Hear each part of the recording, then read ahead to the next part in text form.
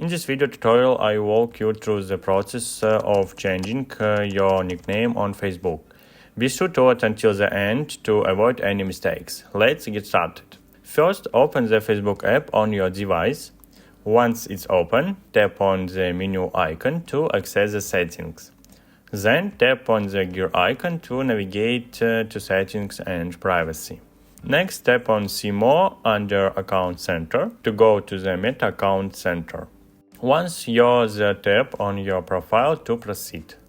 In your profile settings, tap on Name at the top. This is where you can change your first name, middle name, and last name. The middle name section is where you can input your nickname. If you already have a nickname listed, simply remove it as you watch regular text and enter your new nickname. After entering the new nickname, tap on Next and then Review Changes. You'll be asked to choose how your name will appear on your profile. You can select from the provided option or customize it your prefer. Once you made your selection, tap on Save Changes.